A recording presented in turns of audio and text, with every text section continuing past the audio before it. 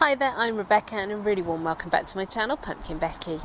In this week's video we are going to go and have a look at my crabapple Tina, which I gave its very first bonsai styling to back in March this year. Let's get started.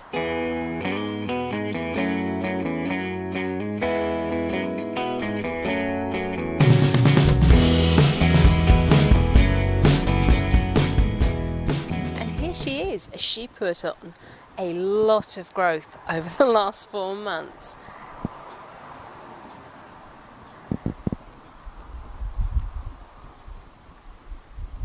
It's going to give us lots to play with. We've got lots of long branches coming. I have just lifted her up out of the pot, popped some extra compost in the bottom so that we can have a good proper look at the root plane. And then we're going to add some macadama to the top, just like we did last week with the cherry. So we're going to look at crabapple Tina in very much the same way that we did with Prunus incisor last week. We're going to see if we can find the front.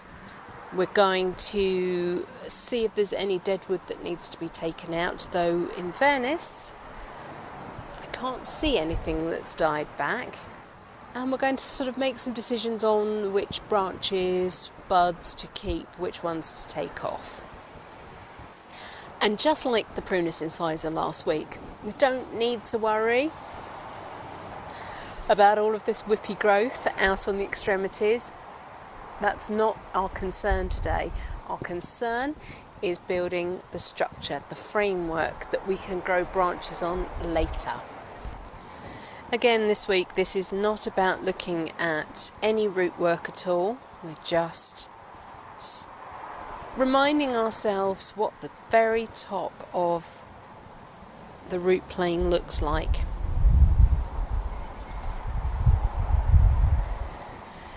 Remember, I had that very awkward double level root system. So I had a plane, a bunch of trunk, and then another plane. So this was obviously an air layering, which then sprouted additional roots once it was in a pot.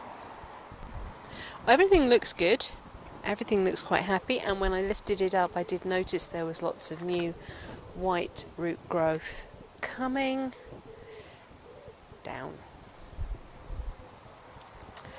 So nothing untoward has happened to this, even though it is the most extreme cutback I've done on something, so I'm very relieved about that.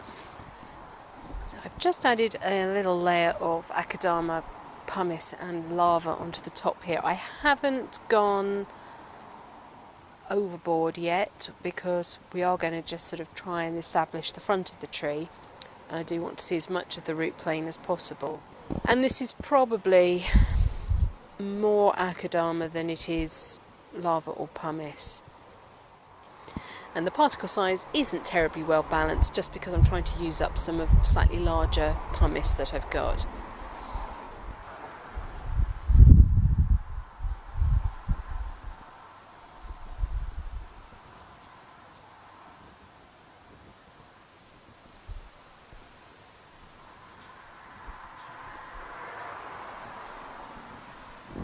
Looking pretty much at eye level, I think I like this as my front.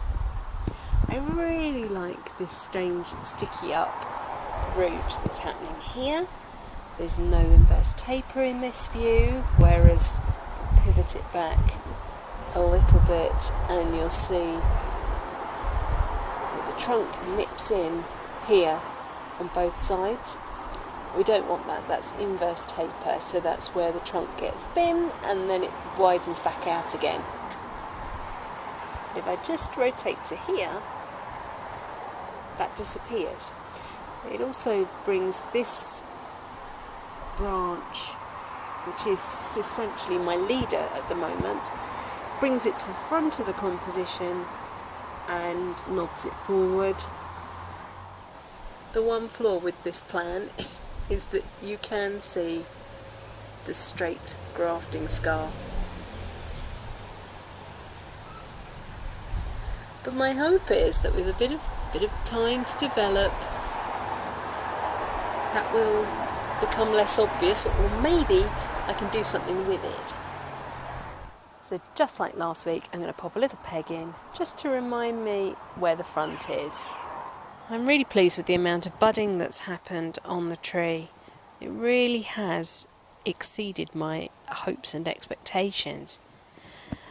And as this side has done so well, I'm actually reconsidering this branch. I think I was sort of umming and ahhing about it last time, but now it just looks really thick compared to everything else. I've got some fantastic branches coming from it, but there's nothing I can do to taper it down. It is just thick. I think it's time to take it off. You can see here that there is a sort of a marking in the bark just where the branch extends from the trunk. That's called the shoulder, and I'm going to cut just forward of that shoulder. So we should end up with a cut that looks a little like this, maybe not quite so extreme. With this one, I allowed this piece to stay on ahead of the bud. So I looked for the bud and then cut, and I've allowed this to callus over, and hopefully this is starting to die back into this wood here, and then I can take it off properly. Giving myself that little stub just gives me a little bit of insurance that if there is any dieback, the next bud shouldn't be affected. Now we don't really have that issue here because there's no buds to look for, but what we don't want is dieback to happen and encroach into the trunk.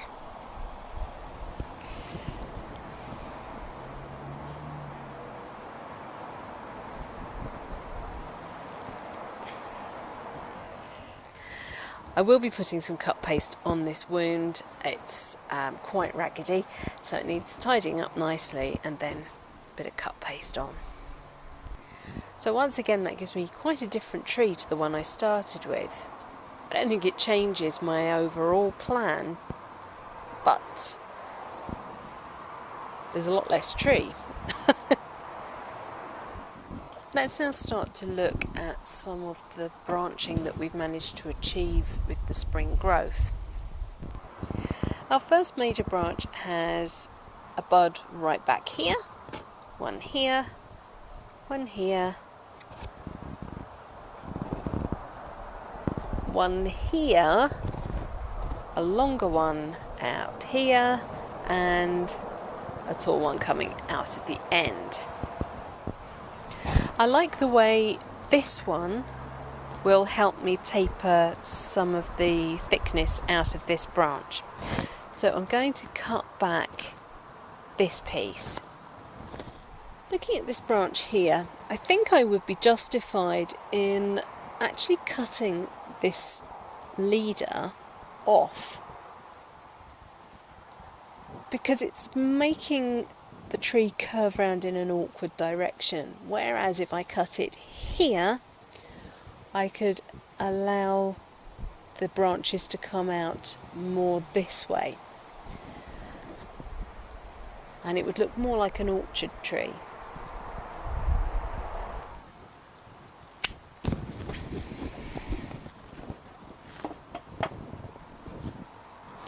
So that should encourage these buds to push further. I'm going to take out the one that is sitting in here.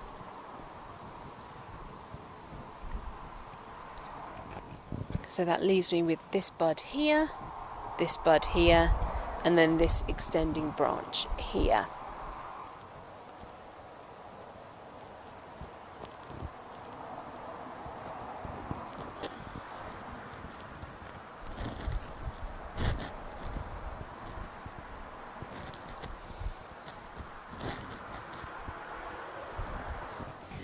I've popped a little bit of wire onto this branch so that I can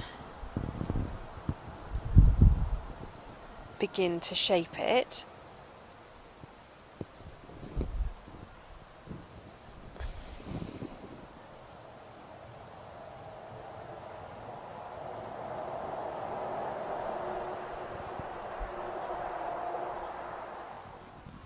I want it to come and fill this space.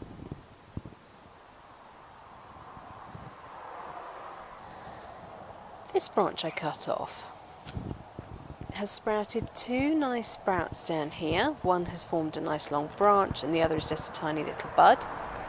And then at the top of the branch it has got two really sturdy branches.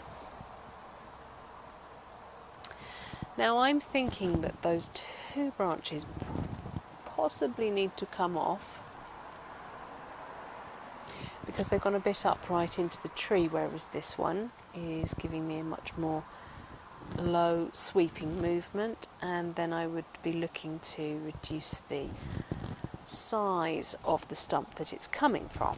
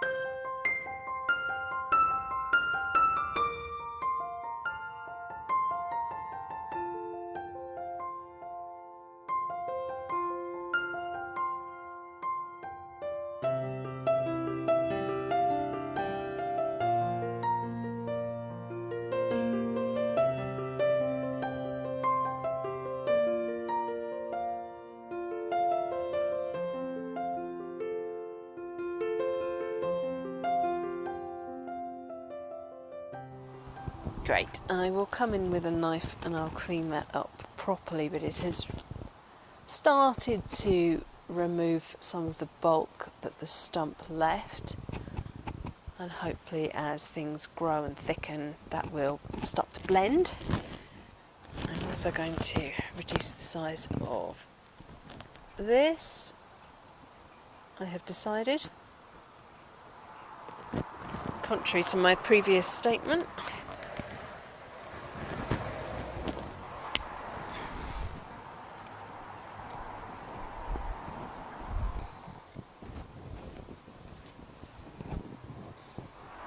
And again, I'll just tidy that up with a knife. I'm going to take a bit of length off these.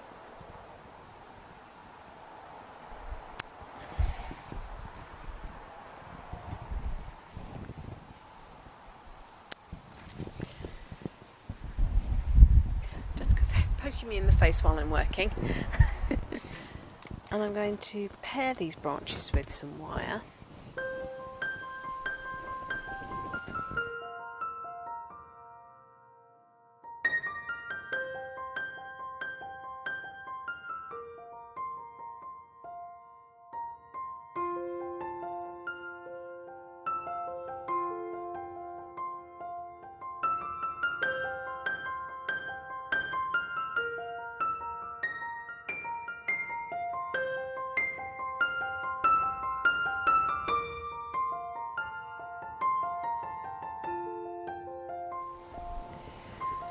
We're going to ease this branch across this way.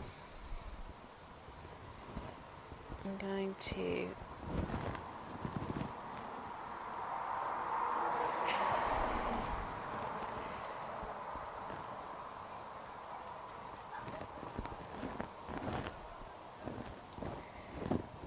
give it a good few bends. And coming back to our front, by just popping the wire on and bringing this branch around, it's brought it out of our direct eye line and allowed it to fill this space here. I've also got this bud down here, which I may well allow to develop. And then this branch here will start to fill the back section, give us some three-dimension out here. Here I have another branch which has come out. It's great, it's a really nice branch. And then I have another tiny shooting one from just beside it. They are effectively coming out at the same point, so I do need to take one off. And on this occasion I am going to take the smaller, weaker one off.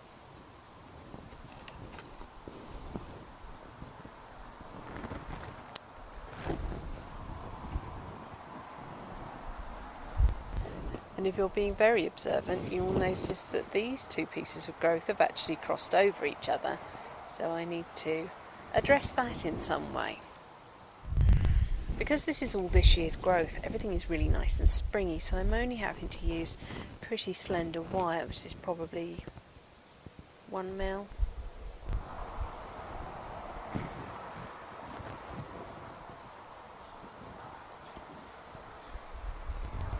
I'm now pairing my little branch with this one. I don't expect this wire to do too much to this sturdy little stub. It's almost more of an anchor, but what I do want to try and encourage is for it to come down a fraction, because where it has sprouted, let's move that out of the way, where it has extended this branch here, that is pushing backwards into the trunk. Now if I can just tweak that branch down a bit, it will make that stand a little bit more upright.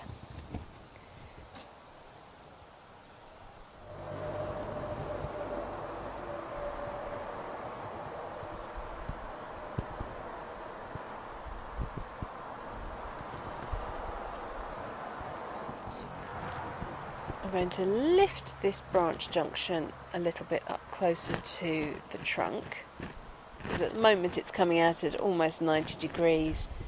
I just want to close that gap a little bit and then add some nice little bits of bend.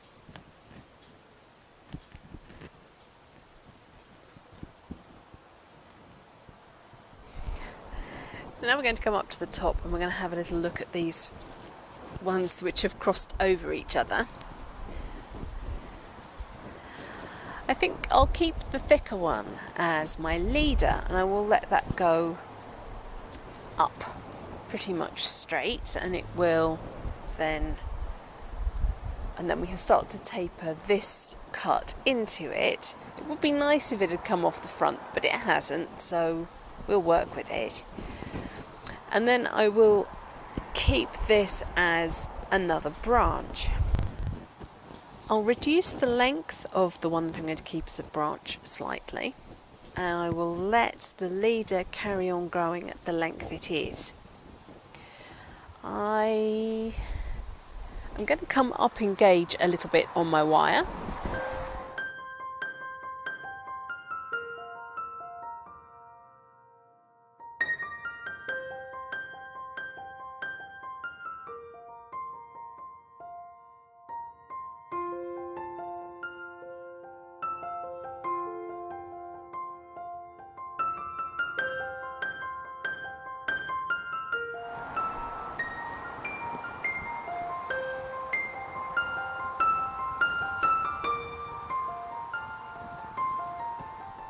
So there we go, I've got those two now wired up. I think I want to drop this branch backwards into the space here.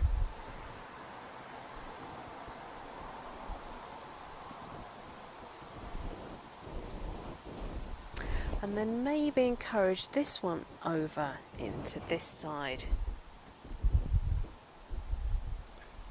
I still want it to be the leader.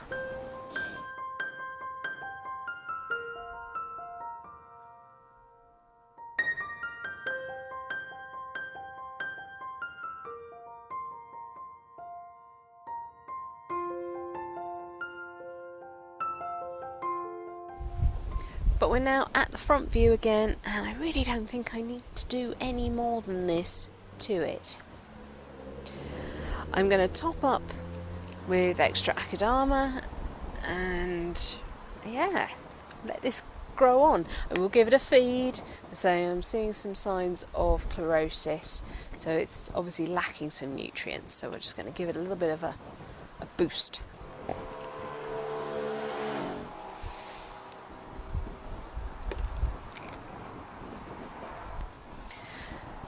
So this is not the appropriate time to be thinking about doing root work. This little tree has put up with an awful lot in just 4 months. I'm now going to let it just settle itself back down and get used to the idea that it really is going to be a bonsai one day. And bonsai is not a quick process. It takes years, decades, centuries to build truly refined trees. And you have to accept that.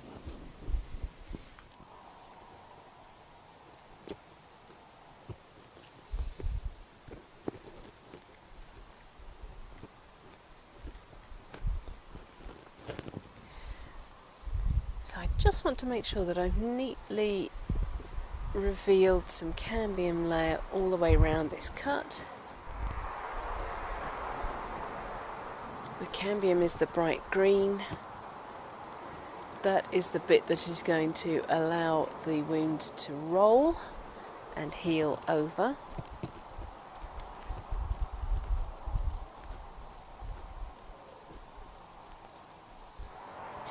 Once you've refreshed the cut and you've revealed the bright green cambium all the way round, you then apply the cut paste. It's useful to do it with a dampened finger, and make sure you cover that edge. Just cover it.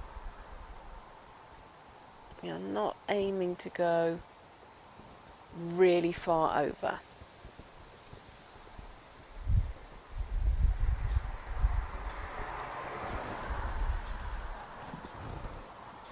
And when the cut paste has done its job, the tree will push it off.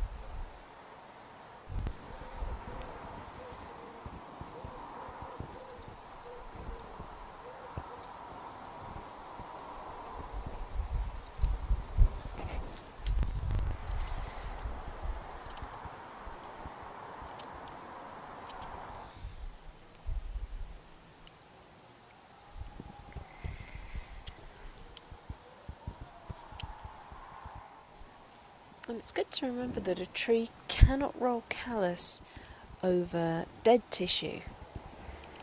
So if you have a hollow with dead trunk or branch in behind, it doesn't matter how much cut paste you put over it, it won't be able to roll callus over the top of that dead tissue.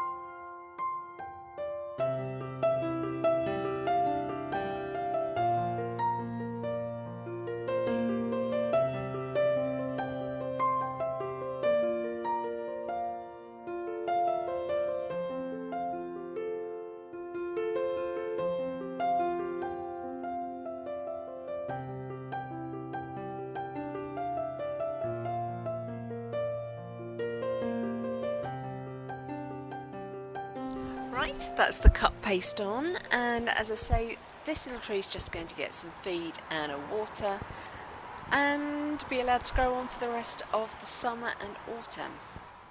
Right, that's it for this week's video. Thank you so much for watching. Please remember to rate, share and subscribe to me here on YouTube, and until next time, bye.